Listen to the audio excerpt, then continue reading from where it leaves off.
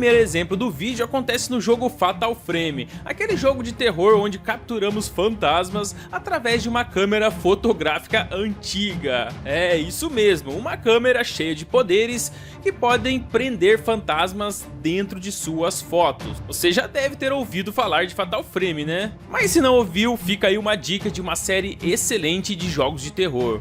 Bom, se você for um jogador medroso e tem que recuperar o fôlego a cada batalha contra algum fantasma, esse jogo não serve pra você, pois os desenvolvedores não queriam dar pausas longas no game, e toda vez que algum jogador deixasse o jogo ocioso por alguns minutos, alguns protetores de tela demoníacos e muito assustadores começavam a aparecer ali pra você. São impressões digitais ensanguentadas, rosto de uma menina pálida, fantasmagórica e vários outros efeitos dignos de filmes de terror. Isso acontece no jogo 1, 2 e 3. Você é penalizado por não apertar nada. Para os desenvolvedores foi a maneira encontrada aí, né, para encorajar os jogadores a seguir em frente, mesmo se estiverem se borrando de medo. Ou desistir de vez de jogar, né, caso você esteja com muito medo e perceba que o terror de Fatal Frame te persegue até com o jogo.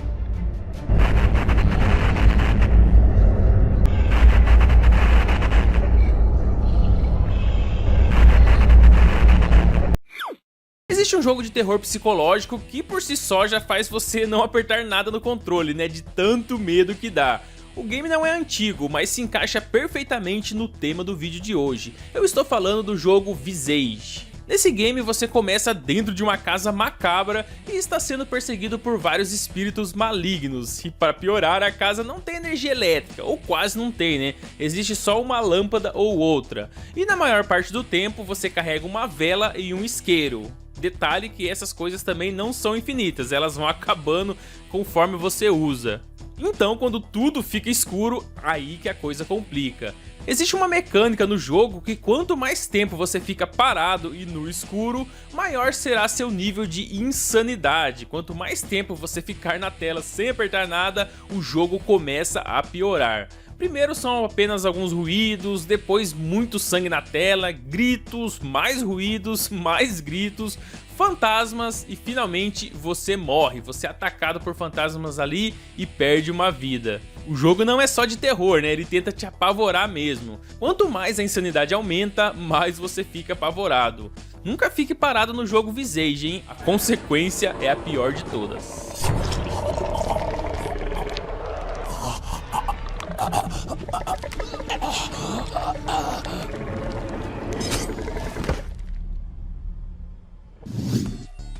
Existe outro exemplo de não apertar nada no controle, porém isso não acontece em um jogo específico, e sim no menu do Xbox clássico. O sucesso do primeiro console da Microsoft não foi à toa, não foi ao acaso. A empresa se dedicou bastante em seu projeto, e até os pequenos detalhes aí foram adicionados, como esse easter egg aterrorizante que acontece no menu do videogame.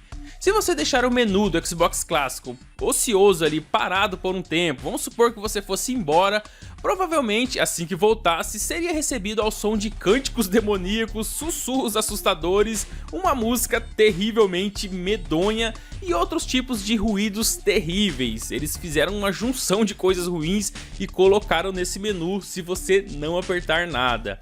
Vamos dar um exemplo, imagine só você pegar no sono ali, mexendo no menu do Xbox clássico, aí o console ia ficar ocioso e esse som ia começar a penetrar nos seus sonhos. Aí de repente você acorda e o som está vindo da sua TV através do videogame. Imagine só que apavorante, né? Eu não saberia se só desligava o console, jogava ele pela janela, metia o pé na TV ou levava tudo para benzer, né? Pois são sons bem medonhos. Se você duvida do que eu estou falando, curte aí um pouquinho do som do menu do Xbox clássico depois de ficar sem apertar nada.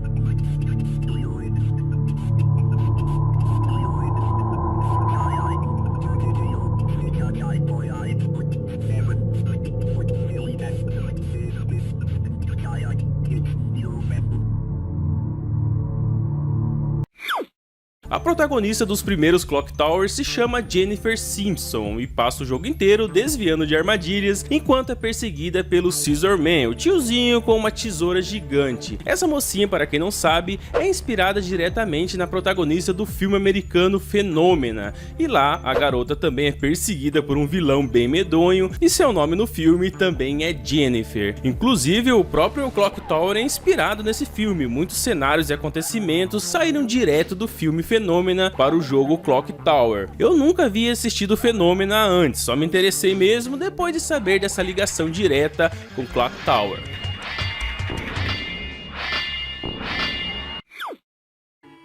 Rumiko Warners, a atriz que dá a voz a Jennifer Simpson em Clock Tower, também deu voz a Miko, lá do primeiro Fatal Frame. Vocês lembram da Miko, né? Apesar das temáticas de terror, os estilos de fala são bem diferentes e acredito que poucos sabiam que as duas protagonistas tiveram a mesma dubladora. Excuse me. Nos anos 90, muito se falava de Clock Tower do PS1 e como dava agonia fugir do vilão o tempo todo. Naquele tempo eu acreditava que esse fosse sim o primeiro jogo da série, quando na verdade, ainda lá no Super Nintendo, já existia um Clock Tower em 16 bits lançado apenas no Japão. Esse título só ficou conhecido aqui no ocidente graças aos emuladores e à internet, e foi só muitos anos depois do lançamento original. Nos anos 90, quase ninguém aqui no Brasil sabia da existência dele, e hoje em dia, acredite ou não, é a versão que eu mais gosto. Não sei porque restringiram o primeiro Clock Tower apenas em terras nipônicas, acredito que na época teria sido muito bem aceito por aqui.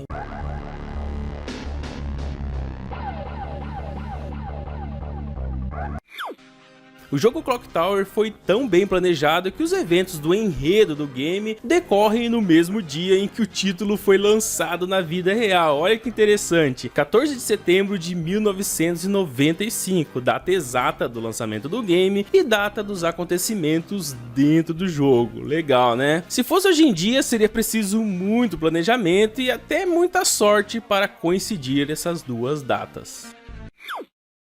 O criador do jogo, Hifumi Komo, inspirou-se no filme The Burning para criar o vilão Scissorman. Lá no filme, existe um grupo de jovens que são perseguidos numa floresta pelo Cropsy, um zelador que teve seu corpo todo queimado 5 anos antes, justamente por alguns desses jovens que foram acampar. E agora o vilão quer vingança. O criador de Clock Tower confirmou que Cropsy foi a inspiração para o Scissorman. Esse filme é de 1981 e tem cenas bem pesadas com a tesoura de jardineiro e ao mesmo tempo cenas bem picantes, se é que vocês me entendem. Para quem curte filmes dos anos 80, assista The Burning sem medo, ou com um pouco de medo, né?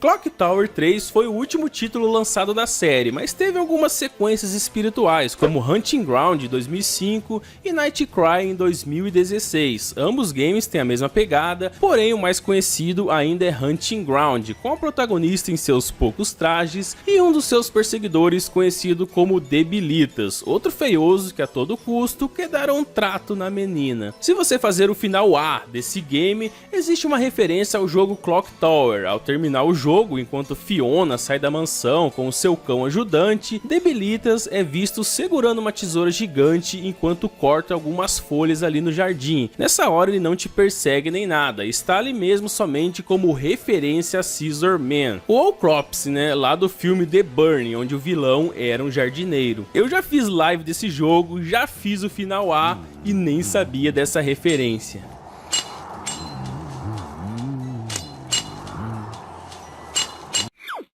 E por último, vou falar da inspiração original do Scissorman, o original mesmo, né, que inspirou tanto o vilão do jogo quanto o vilão do filme. Esse personagem apareceu pela primeira vez num conto de 1845 e lá Scissorman era um alfaiate que cortava os dedos das crianças que chupavam demais os dedinhos. Apesar de ser um conto, era bem cruel, hein? Aliás, nessa época existiam muitos contos para ensinar, entre aspas, aí, a educar as crianças. O conto conto do Scissorman foi escrito por Heinrich Hoffmann, um médico de Frankfurt, que escreveu e ilustrou uma coleção inteira de histórias para educar o seu filho de 3 anos, ou nesse caso, botar muito medo neles. Os anos se passaram e o personagem perseguidor de criancinhas acabou se tornando um vilão em filmes e jogos marcantes como Clock Tower.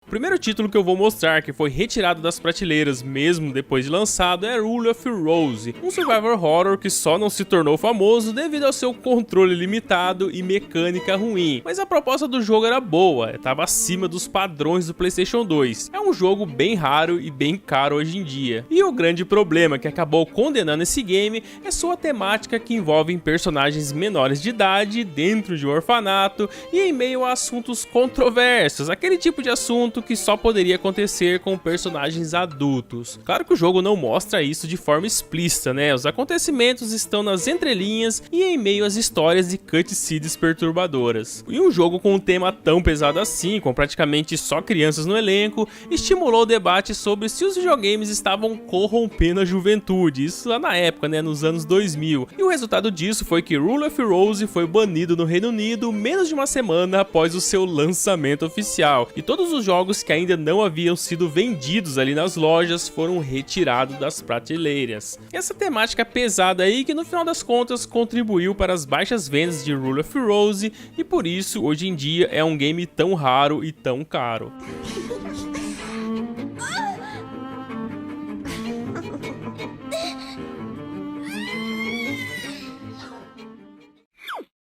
Se você jogava videogame no início dos anos 90, provavelmente se lembra de Night Trap, um título de 1992 lançado para o Sega CD com o sistema Full Motion Video, aquele sistema que era um game que parecia mais um filme que você controlava. No início do lançamento, esse título não era nem um pouco famoso, até que, ao lado de Mortal Kombat, ele foi citado em uma audiência no Comitê do Senado nos Estados Unidos que falavam sobre videogames violentos. E apesar de Night Trap não ser brutal, né, igual MK, o objetivo do game é impedir que jovens com muito poucas roupas fossem feridas por criaturas malignas. É tudo um contexto ali, né, dentro do jogo Night Trap. E essa história aí acabou irritando alguns senadores americanos que condenaram essa versão da Sega aí de Night Trap, tanto que a própria empresa Sega fez questão de retirar completamente todos os seus jogos da prateleira. Eles retiraram sim todos os jogos, mas pelo menos por um tempo, já que a mesma Sega relançou o game com uma capa totalmente diferente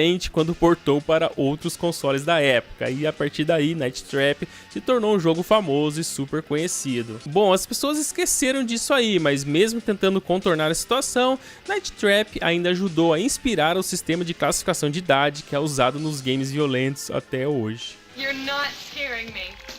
Wait. What are you doing now? Um eterno clássico, Eternal Darkness, um jogo do GameCube que fez muita gente acreditar seriamente que estava ficando doido de verdade. Tô ficando doido? Tô doido? De um jeito ou de outro, todo jogador que jogou esse título por um tempo acabou perdendo um pouco a sanidade, e vocês vão entender o porquê. Nesse jogo de terror psicológico, você controla vários personagens ao longo dos séculos, enfrentando uma força maligna ancestral. E uma mecânica que se destaca por aqui é o medidor de sanidade, que ao diminuir demais, faz o jogo criar ilusões perturbadoras com o intuito de manipular o jogador. Vai aparecendo bugs falsos no jogo, tela de erro e outros sustos que afetam diretamente quem está jogando, quebrando aquela imersão de forma genial. Uma vez a sanidade baixa, o jogo começa a fazer todas essas coisas bizarras sem que o jogador consiga evitar. E entre telas de erro e simulação de que seu controle desconectou sozinho, um dos momentos mais memoráveis é quando surge uma tela falsa simulando que seu progresso foi deletado. Essa mensagem com certeza aumenta a insanidade do jogador. Imagine só você acreditar que horas e horas de jogo foram apagadas. Esses efeitos fazem você sentir que o jogo está te manipulando diretamente, e não é mais um jogo só fazendo algumas coisas, ele projeta situações e interage diretamente com o jogador na vida real.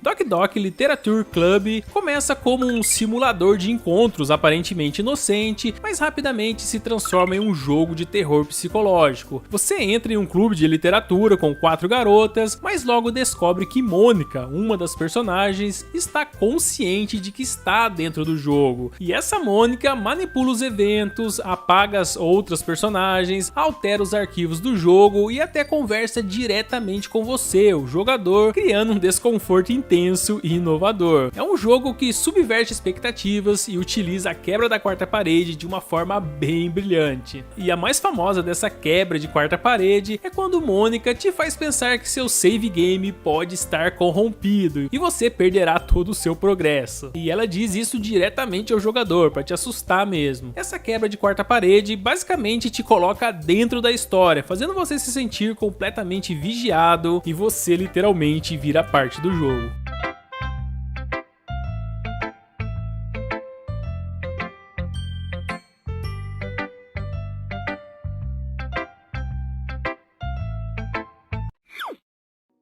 A franquia Silent Hill não decepciona quando o assunto é mexer com a nossa mente, e Silent Hill 3 tem um momento que é simplesmente inesquecível, um pouco bizarro e até nojento. No banheiro feminino do shopping center, lá no começo do jogo, há um momento icônico em que Heather, a protagonista, quebra a quarta parede de forma bem sutil, mas marcante. Durante uma exploração ali no banheiro, Heather se depara com um vaso sanitário bem nojento. Parece que a última pessoa que usou isso aqui tinha acabado de comer aquela feijoada suculenta. É um vaso bem sujo e nojento mesmo. E se você interagir com esse vaso sanitário, ou seja, apertar o botão de ação para ver se tem algo de útil ali, vai ativar uma cutscene em que Heather até cogita em vasculhar aquela sujeira, mas desiste e se levanta com cara de nojo e repulsa. Nesse ponto, ela olha diretamente para a câmera e, por extensão, ela está olhando diretamente para você, jogador, e diz com sarcasmo desse jeito: quem sequer pensaria em fazer algo tão nojento? Ela está dizendo isso diretamente a você, que tentou obrigar a garota a meter a mão no resto da feijoada depositada ali. Esse diálogo é uma evidente quebra da quarta parede.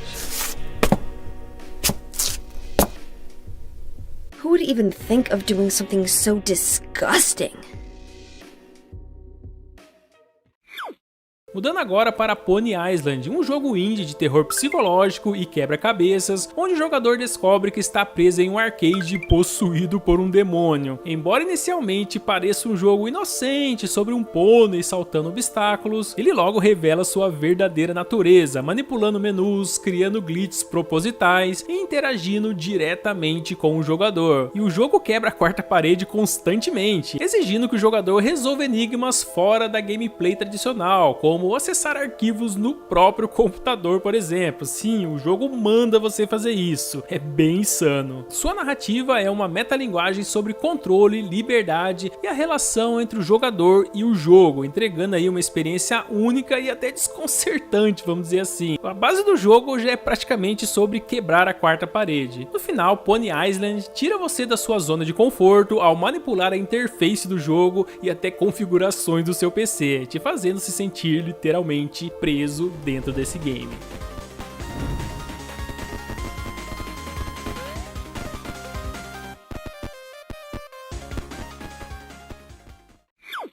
No jogo Dead Space, você assume o papel de Isaac Clarke, um engenheiro enviado para a nave espacial USG Ishimura, que foi invadida por criaturas grotescas chamadas Necromorphs. O jogo vai se desenrolando e enquanto tenta sobreviver, Isaac enfrenta horrores tanto externos quanto internos, incluindo até alucinações envolvendo sua namorada Nicole. E no capítulo Transportation Preparation, existe uma cena bem marcante onde o personagem Dr. Nolan Stross quebra a quarta parede ao olhar diretamente para o jogador e pedir para que você pare de olhar para ele. Nessa cena, o Dr. Stross chega lá profundamente afetado pela influência dos necromorfos e até demonstra sinais claros de instabilidade mental. Acontece um diálogo bem rápido ali, o doutor se irrita e olha diretamente para a câmera, ordenando para você, jogador, parar de olhar para ele. Dr. Stross aqui quebra a quarta parede, criando aquela sensação de desconforto ao envolver diretamente o jogador em sua paranoia. paranoia. E olha que essa é apenas uma das vezes que Dead Space quebra a quarta parede. Tem várias outras situações, o game tenta te manipular e brincar com a sua mente. E essa é uma das partes que faz o jogo ser muito bom. Mas cuidado, hein, se você se apegar demais com a história enquanto joga Dead Space, talvez termine paranoico igual o Dr. Nolan Strauss.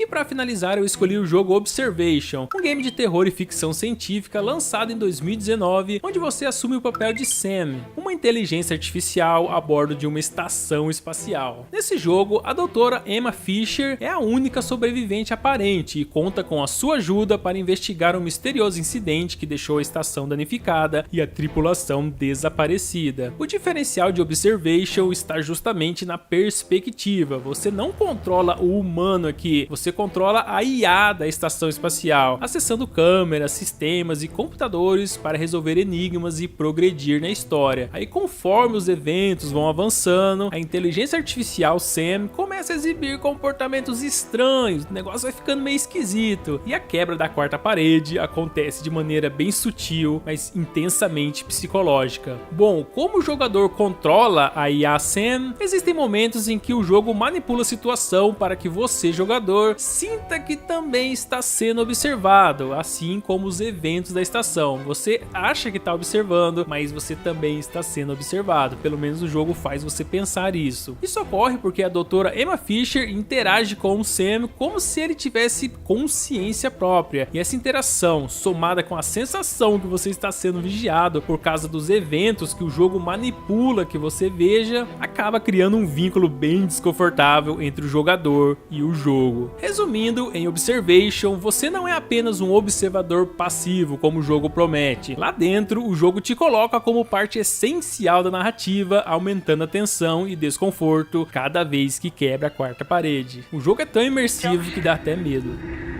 I don't know if you can hear me, but I hate these things.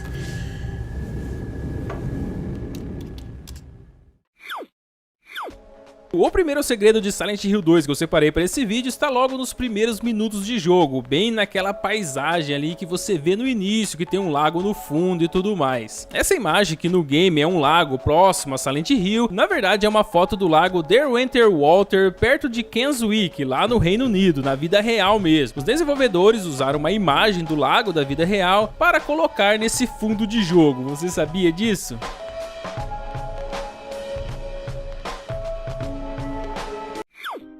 Se você finalizar o game pelo menos uma vez em qualquer dificuldade, logo no início vai desbloquear uma motosserra que fica bem no começo da gameplay mesmo. E apesar de ser uma arma bem forte, ela é muito lenta e por isso poucos jogadores a usam. E para os poucos que usaram, talvez tenham percebido que quando James está segurando essa motosserra e fica parado sobre um corpo por alguns segundos, ele a segura sobre a cabeça e grita. Esse acontecimento é uma referência a Leatherface do filme Massacre da Serra Elétrica, um filme bem famoso aí de 1974 e tinha esse personagem medonho. Aliás, Silent Hill tem várias referências de filmes e séries de terror. Algumas delas eu até vou mostrar no vídeo de hoje, mas acredito que o mais famoso de todos seja essa referência do Massacre da Serra Elétrica.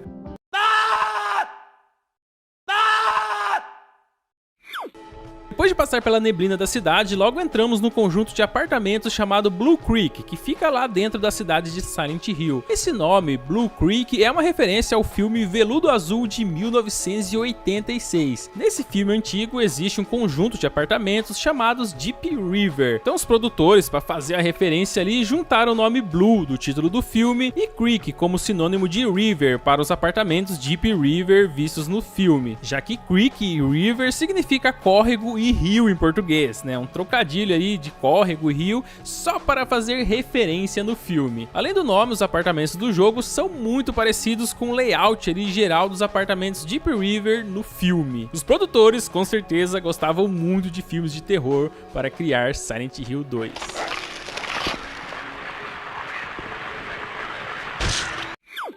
Assim como no primeiro jogo, as ruas da cidade de Silent Hill têm o mesmo nome dos autores do game: Lewis Carroll, Lindsay Davis, Thomas Harris, Ruth Handel, John Sanford, David Wiltse e Andrew Vax. Todos esses nomes são ruas de cidades e também são dos autores do game. É só abrir o mapa do jogo e encontrar todas essas referências. A figura mais conhecida de Silent Hill 2, mais lembrada até que o próprio protagonista, é o Pyramid Head. Esse chefe, criado a partir da mente doentia do protagonista, aparece poucas vezes no início do game e depois não o vemos mais, e mesmo assim causou muitos pesadelos no lançamento do jogo. Bom, a criação desse personagem não foi por acaso, já que ele existia muitos anos antes do lançamento, quando Masahiro Ito, um dos desenhistas dos jogos Silent Hill, ainda fazia faculdade. Ele era bem mais jovem, ainda estava estudando muitos anos antes de sequer saber que Silent Hill existiria. Bom, Masahiro Ito criou uma imagem chamada Pyramid Figures em 1995 enquanto estudava na universidade. Ele guardou essa ideia e muitos anos depois a imagem evoluiu para o que conhecemos como Pyramid Head em Silent Hill 2. Essa curiosidade, acredito que só os fãs mais assíduos sabiam.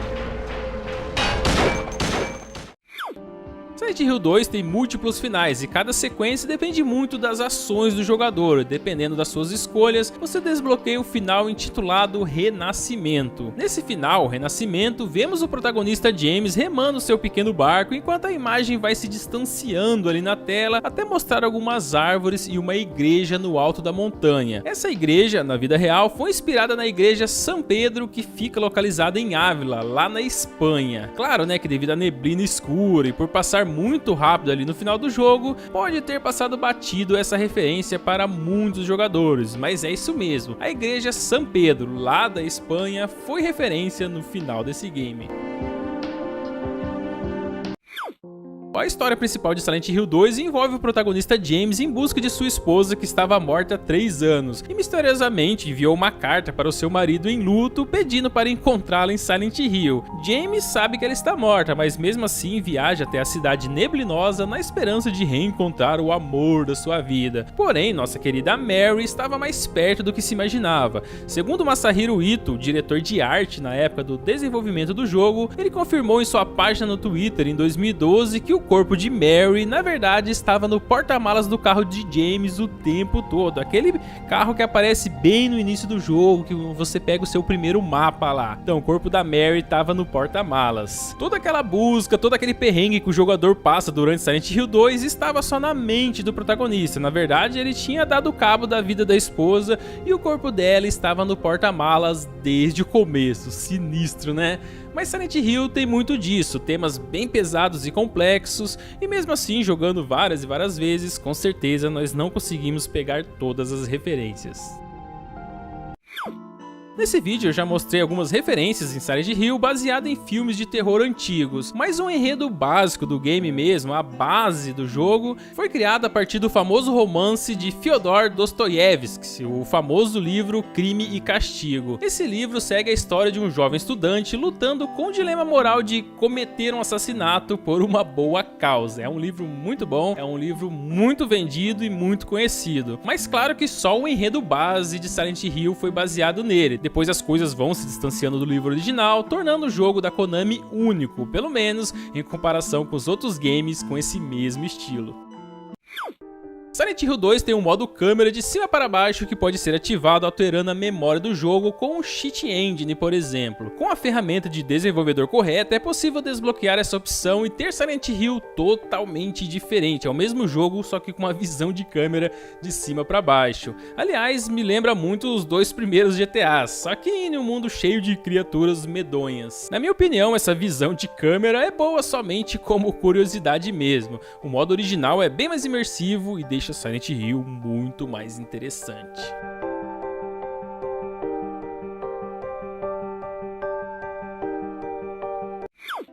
por último eu vou falar do Silent Hill HD Collection, aquela versão com a imagem melhorada lançada anos depois pela Konami com um precinho de jogo novo. Apesar dos esforços e propaganda, Silent Hill HD Collection teve muitos problemas técnicos e muitos bugs que nem existiam nas versões originais. Em vez de eles melhorarem o game, acabaram deixando com mais problemas e mais bugs do que era antes, só que com uma imagem melhor. Isso aconteceu porque a Konami perdeu o único código-fonte original do jogo 2. Algum estagiário deve ter deletado tudo e a única cópia existente de Silent Hill 2 era a versão beta inacabada, e a partir dessa versão beta que o jogo foi refeito em HD. Mas acabou deixando várias falhas, né, e muitas reclamações de jogadores que queriam um patch de correção. Bom, não sei qual o nível de organização dos arquivos da Konami, mas perder todo o código-fonte de um jogo famoso como Silent Hill 2 é muito descuido, vocês não acham?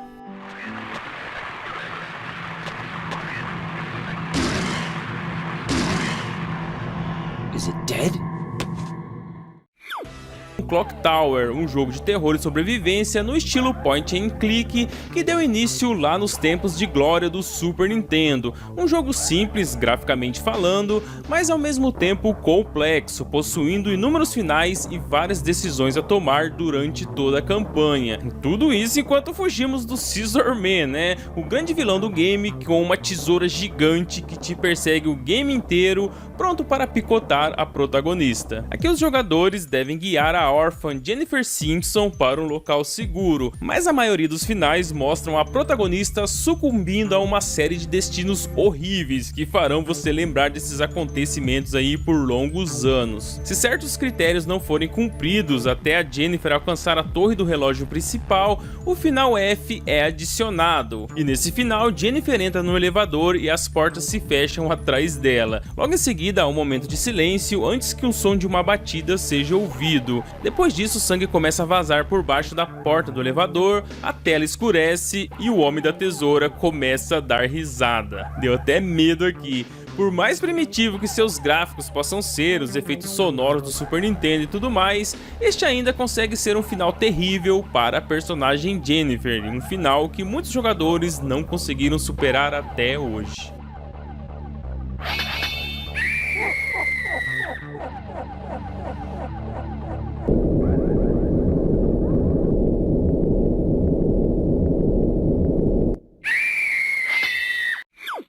Agora falarei do jogo Hunting Ground, que tem a história já excessivamente perturbadora do começo ao fim.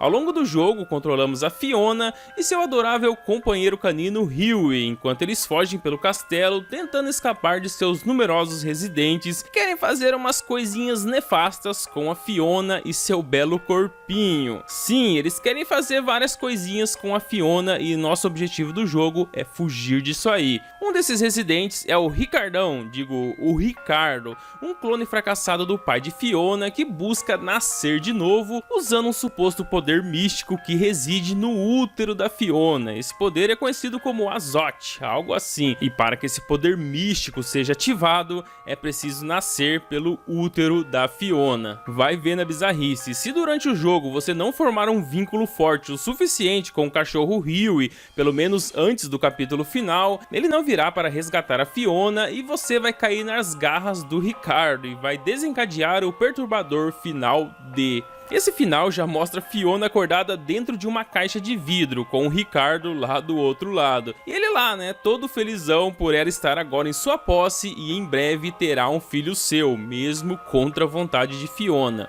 Logo em seguida vemos Fiona sentada em uma grande poltrona, só que agora ela está grávida e o Ricardo gentilmente até acaricia a barriga da Fiona e ela dá um sorriso meio forçado ali, aparentemente aceitando sua vida de servidão e se conformando com o que vai acontecer com ela e com seu bebê dali em diante. Olha que final bizarro, galera. Eu já fiz até live desse game aqui no canal e a história é de arrepiar. Hunting Ground foi desenvolvido e lançado pela Capcom em 2005 somente para o PlayStation 2 e logo recebeu críticas unânimes da qualidade do game, porém com uma história e um final bem perturbador que você jamais vai esquecer.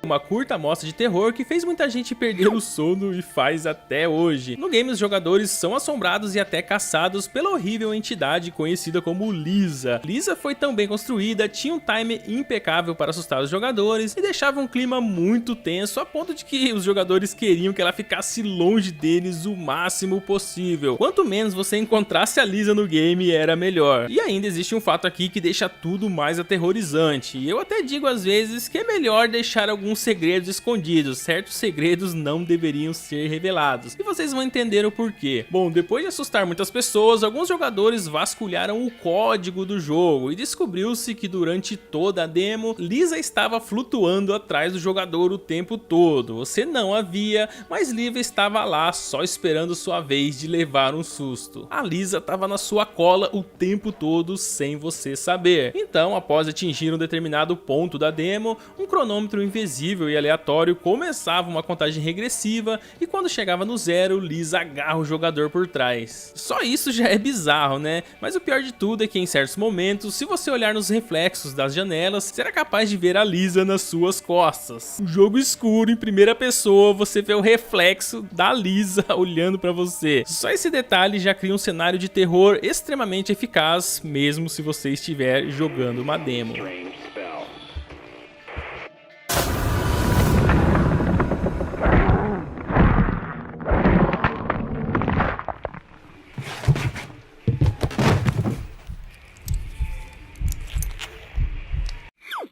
Foi Resident Evil Dead Aim, e visava manter o ambiente tradicional de ação claustrofóbica contra zumbis, só que dessa vez a bordo de um navio cruzeiro chamado Spencer Rain. Esse título foi muito controverso na época devido à sua jogabilidade estilo fliperama, que exige que você use uma light gun do PS2 para ter uma experiência mais completa. Aqui você controla o novo personagem Bruce McGivern indo atrás do vilão infectado chamado Morpheus. E esse cenário oceânico deu tão certo que voltou um tempo depois com Resident Evil Revelations. Só que Revelations é mais moderno, né, e traz a nossa querida protagonista Jill Valentine, um jogo que quase completamente se passa dentro de um navio. Se você gosta desse tipo de ambiente, ambos os games de Resident Evil que eu citei aqui são recomendados, mas eu quis destacar mesmo o Resident Evil Dead Aim devido às mudanças aí de movimentação da câmera na época, junto com a possibilidade de jogar com a light gun enquanto enfrenta zumbis dentro de um navio.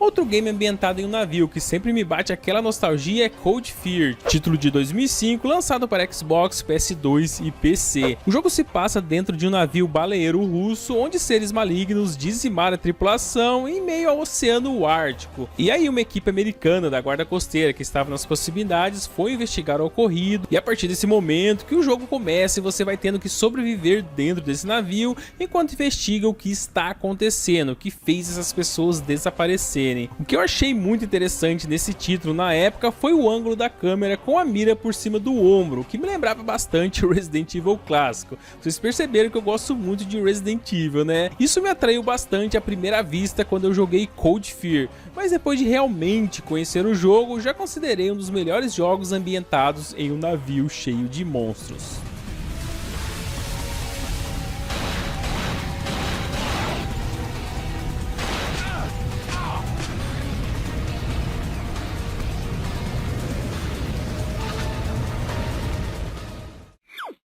Outro título ambientado em um navio com seres malignos a bordo é Under Depths of Fear, um game lançado em 2020 que vai fazer você repensar um pouco aquele passeio que você queria fazer num transatlântico. O que acontece aqui é o pior cenário possível. O ano é 1917 e você está no convés inferior de um navio que está afundando. O transatlântico está absorvendo água e os corredores estão se enchendo lentamente. Todos os tripulantes foram evacuados e as portas parecem ter sido trancadas para tentar tentar conter a água. Enquanto isso você tá lá dentro, né?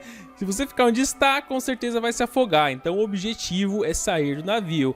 O problema é que existe uma ameaça paranormal que te impede de sair desse navio, te impede de fugir. Sempre que você encontra uma saída, essa força maligna te puxa de volta. Tudo isso enquanto você tem apenas um fósforo para iluminar todo o caminho. Esse título é bem interessante para quem gosta de momentos de tensão enquanto caminha no escuro.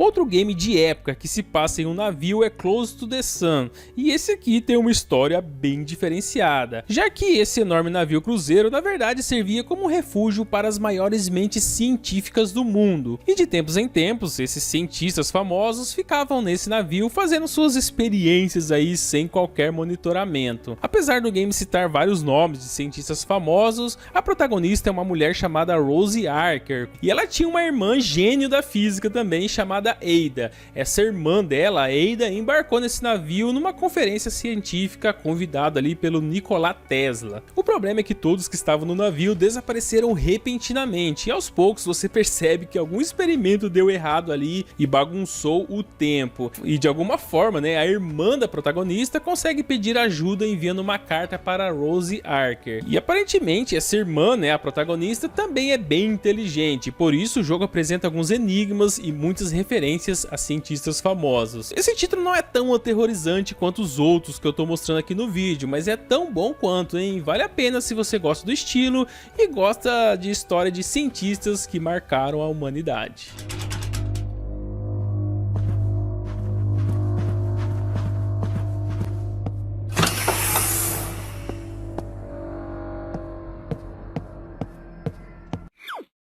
O jogo que eu vou apresentar agora se chama Monstrum, e o próprio nome sugere o que você vai encontrar nesse navio enferrujado à deriva no mar. Como você pode esperar, há mais do que se preocupar nesse casco enferrujado do que pegar tétano, né? Há algumas criaturas tenebrosas a bordo que estão procurando por você, e seu objetivo é tentar evitá-las, né, por tempo suficiente até encontrar uma maneira de escapar desse navio. É meio que um stealth ali, momentos de tensão, você fugindo da criatura, um jogo bem sinistro. Só essas informações já são suficientes, né, para botar medo em qualquer sobrevivente no meio do oceano. Só que esse jogo tem algo ainda mais desafiador. Em Monstrum, se você morrer, morrerá permanentemente. E pior de tudo, o navio não terá a mesma forma nas campanhas subsequentes. Ou seja, não adianta aprender o caminho, decorar todas as coisas ali que acabou de fazer. A cada morte no jogo, você tem uma campanha totalmente diferente, caminhos diferentes, puzzles diferentes. Isso deixa tudo realmente desafiador, né? Mas em compensação, temos um jogo praticamente novo a cada morte ocorrida em Monstrum. Fuck, Jesus Christ.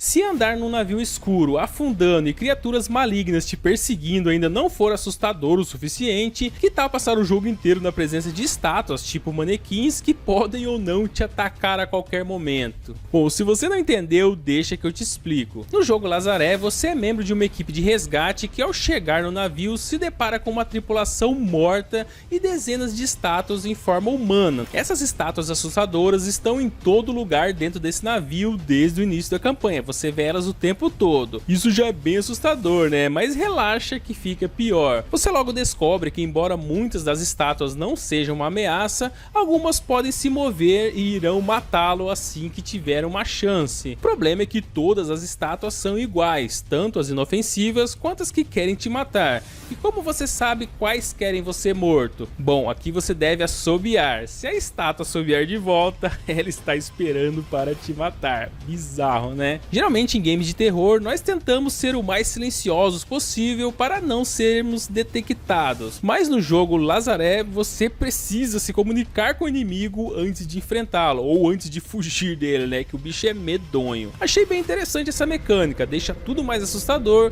e por isso escolhi esse jogo para o vídeo de hoje.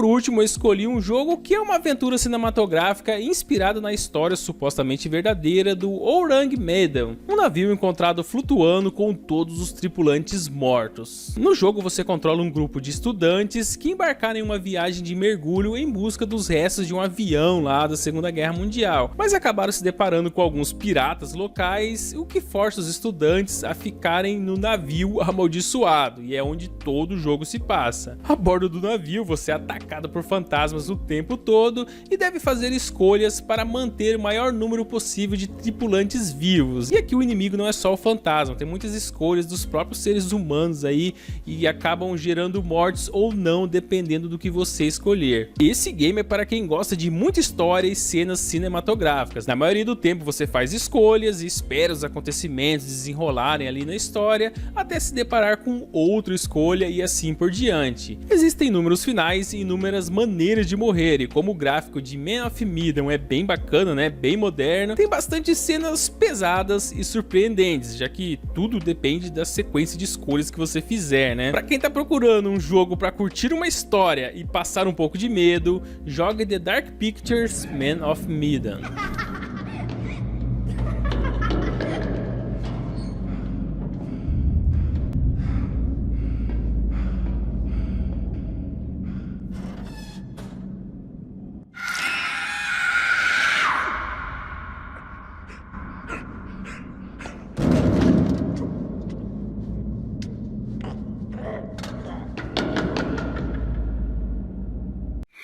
Se tem uma coisa no mundo dos games que sempre me chama atenção, são os easter eggs, principalmente os mais escondidos. Isso mostra o quanto o desenvolvedor se dedicou no game, já que adicionou detalhes que não eram necessariamente obrigatórios no jogo. Os easter eggs sempre são algo a mais. O problema é quando esses mesmos desenvolvedores têm um humor maligno e adicionam easter eggs perturbadores que às vezes nem nos deixam dormir à noite. Se você ver alguns desses easter eggs, garanto que nunca mais vai jogar o jogo com o mesmo olhar. Quer apostar? Então bora assistir o vídeo até o final.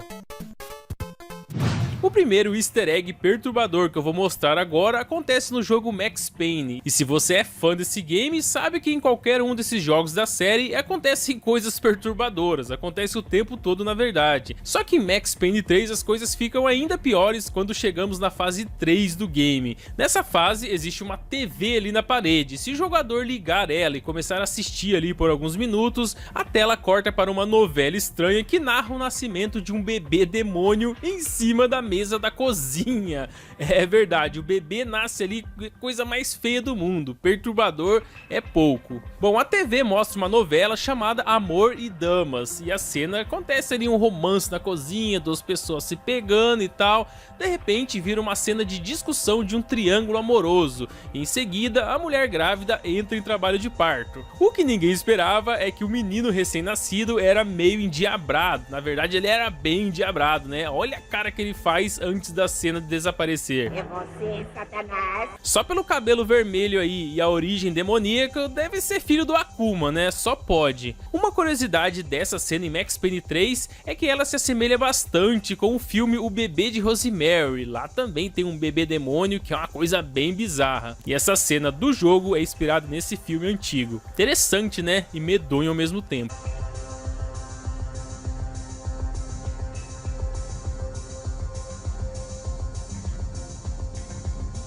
Na quarta versão do jogo Silent Hill, controlamos o protagonista Henry enquanto ele tenta escapar de seu apartamento que está trancado por forças sobrenaturais. Durante toda a campanha, você até consegue sair um pouquinho ali de alguns cômodos e até para outros lugares, para outras dimensões. Mas assim que acaba a missão, você volta para aquela sala, você volta para dentro do seu apartamento. E por isso o jogo se chama Silent Hill 4 The Room. Você fica preso naquela sala ali o jogo inteiro.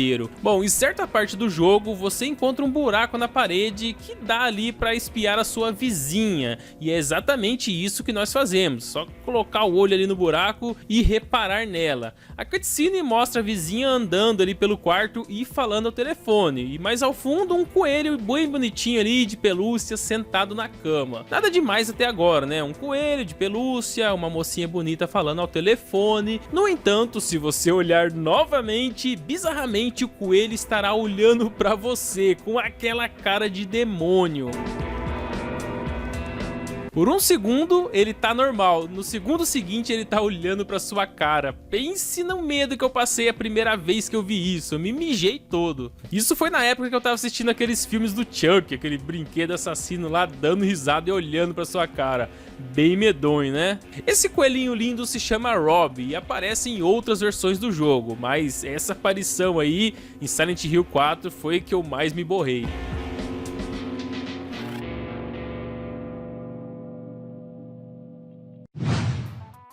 A versão de Mega Drive do jogo Aladdin aparentemente é um game inocente que segue a história do personagem da Disney, e realmente é sim, né? Um jogo inocente, todo colorido, a não ser por um easter egg bem macabro. Quando chegamos no Castelo do Sultão, o estágio conhecido como Sultan's Dungeons, nos deparamos logo de cara com um conjunto de prisões interligadas, cheio de armadilhas e até monstros, cheio de esqueletos ali que até jogam bombas em você. Só por aí já é bem perturbador, né? Você dentro de uma prisão todo cheio de monstros. Quem já jogou com certeza se lembra dessa fase, mas para os jogadores mais atentos, perceberam ali várias pilhas de ossos no caminho, que obviamente são prisioneiros que morreram aqui. E a julgar pela aparência dessa pilha de ossos aí, que personagem famoso descansa em paz nessa prisão? Que personagem te vem à mente só de olhar para essa pilha de ossos? Isso mesmo, o próprio Mickey. O que será que o Mickey aprontou para se tornar um prisioneiro aqui, né, a ponto de morrer? Bom, por ser um jogo da Disney, há muitas referências, inclusive outras referências do Mickey, mas essa pilha de ossos aí, com certeza, é a mais perturbadora.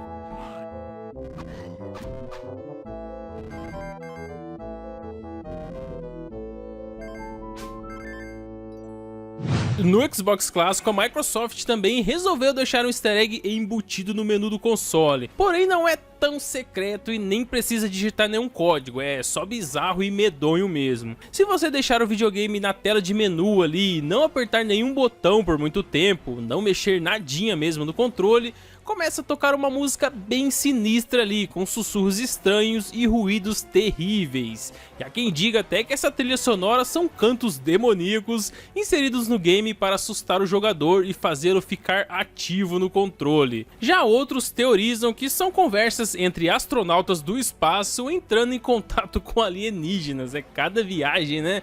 Mas eu não acho que seja isso não. É só um som bizarro mesmo que colocaram aqui no Xbox clássico para virar um easter egg, que é realmente isso mesmo. Mas por via das dúvidas, né, não deixe o seu Xbox clássico ocioso por muito tempo. Escute aí e entenda o que eu tô dizendo.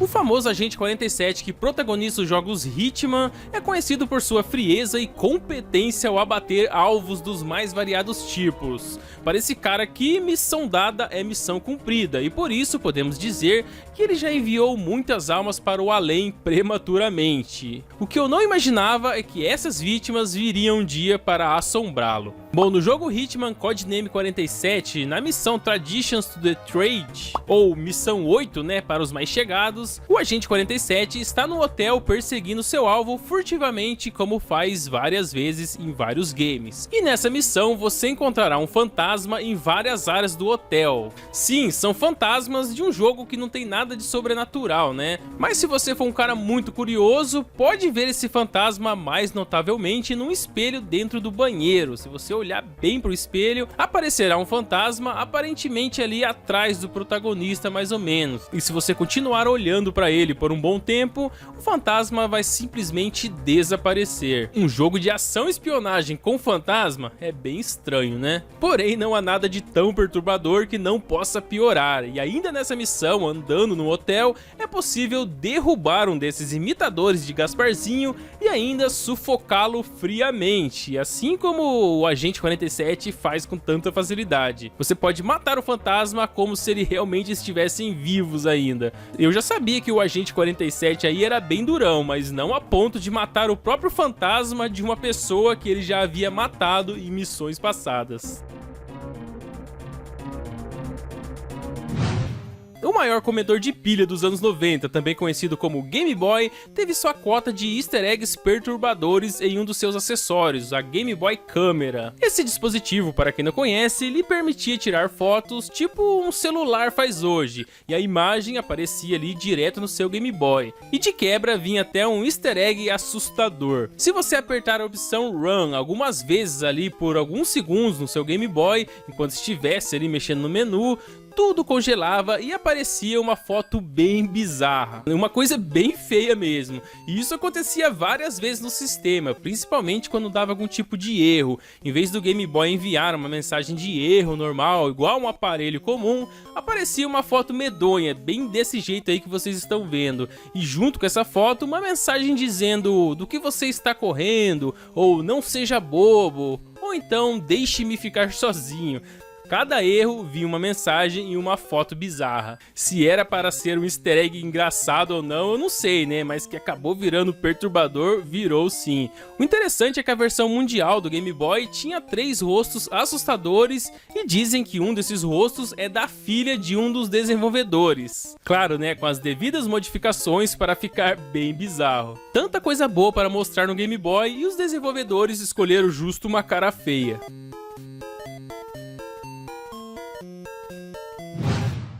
E por último, um easter egg que tá mais pra teoria de fã do que realidade, mas ainda assim é bem perturbador. Esse acontecimento se passa no jogo Luigi's Mansion lá do GameCube, que em certa parte do game, enquanto você explora a mansão lá na escuridão, Luigi encontrará um quarto com 3 telefones, e se você atender o telefone do meio e esperar ali que um raio aconteça ali do lado de fora da mansão, a sala se iluminará com um relâmpago e lançará uma sombra ali na parede que parece estranhamente que o Luigi pode ter sido enforcado. Olha as ideias, né?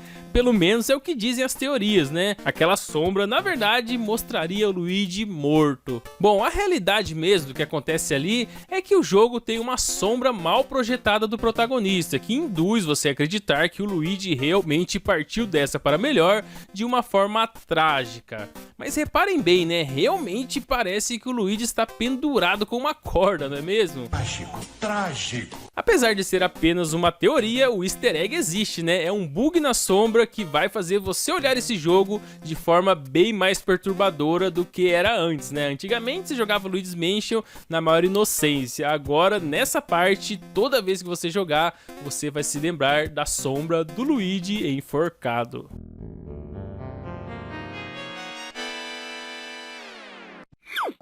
E por último, eu vou mostrar alguns arquivos secretos encontrados na demo do primeiro Silent Hill. Arquivos esses, inclusive, exigem que crianças sejam retiradas da sala. Mas pode ficar cegado que eu não vou mostrar no vídeo aqui não, só tô dizendo que tem. Bom, além de ser o jogo que daria início à popular série de terror de sobrevivência, o primeiro Silent Hill é considerado um divisor de águas para o gênero de terror e sobrevivência. Quando falamos de Silent Hill, logo vem à nossa mente ali aquela neblina, as criaturas grotescas da noite e as paredes extremamente sujas. Porém, na versão demo existe um Silent Hill mais sensual do que assustador. A demo oficial da revista PlayStation número 16 de janeiro de 1999 veio com várias obras de artes e arquivos que não foram utilizados no final do jogo. São várias imagens que foram criadas para a demo, só que não foram usadas nem na demo e nem no jogo oficial, mas estão salvas em arquivos escondidos ali dentro do disco demo. E as imagens mais curiosas e safadonhas estão na tela de opção do jogo, que seria a tela de opção do jogo, que mostra um grupo de mulheres japonesas do jeito que vieram ao mundo, bem safadonho, enquanto a tela de save e load do game mostra uma mulher também do jeito que veio ao mundo, deitada numa cama de hospital, numa maca ali. Essas imagens não foram usadas, mas imagine só isso no jogo oficial, né? Como seria, nós veríamos diferente, né, Silent Hill. Esse realmente é um segredo escondido na demo dos games, pois foi bem difícil de eu encontrar essas informações para trazer para esse vídeo. Mas se você é muito curioso, né, quiser ver todas essas 16 imagens não utilizadas na demo de Silent Hill, todas as imagens mesmo, vou deixar o link na descrição.